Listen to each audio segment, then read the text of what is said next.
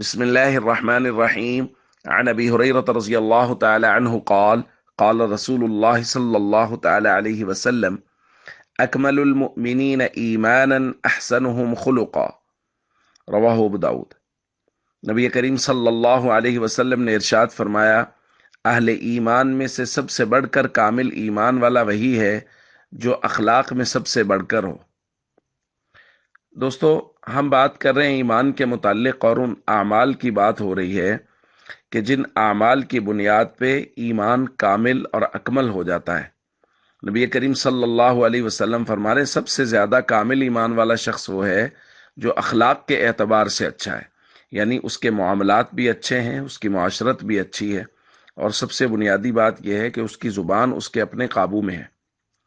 دیکھیں، حسن اخلاق کا مطلب یہ ہے کہ میرے جن لوگوں کے ساتھ معاملات ہیں، لین دین کے معاملات ہیں، ظاہر ہے معاشرے میں رہتے ہوئے کسی سے کچھ لیا، کسی کو کچھ دیا، تو لین دین کے معاملات میں میں حسن اخلاق سے پیش آؤں، اور بر وقت کسی کا کچھ دینا ہے تو بر وقت دے دوں، کسی سے کچھ لینا ہے تو اگر اس کے پاس نہ ہو تو اس کو مہلت دے دوں۔ اسی طرح میری معاشرت بہتر ہو، میرے رشتہ دار، میرے اعزاء اقربا مجھ سے خوش ہوں، والدین، قریبی رشتہ دار، پڑوسی، یہ سب لوگ مجھ سے خوش ہوں اور میں کسی کو تکلیف نہ پہنچاؤں۔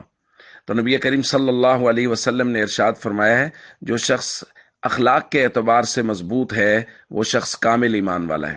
اور اس کے ساتھ ساتھ زبان کی حفاظت کرنا، کہ زبان سے کسی کو تکلیف نہ ہو، بدتمیزی والا لہجہ نہ ہو، بد تہذیبی والا لہجہ نہ ہو، گالی نہ بکے، کوئی ایسی بات نہ کہے جس سے سننے والے کو تکلیف پہنچے۔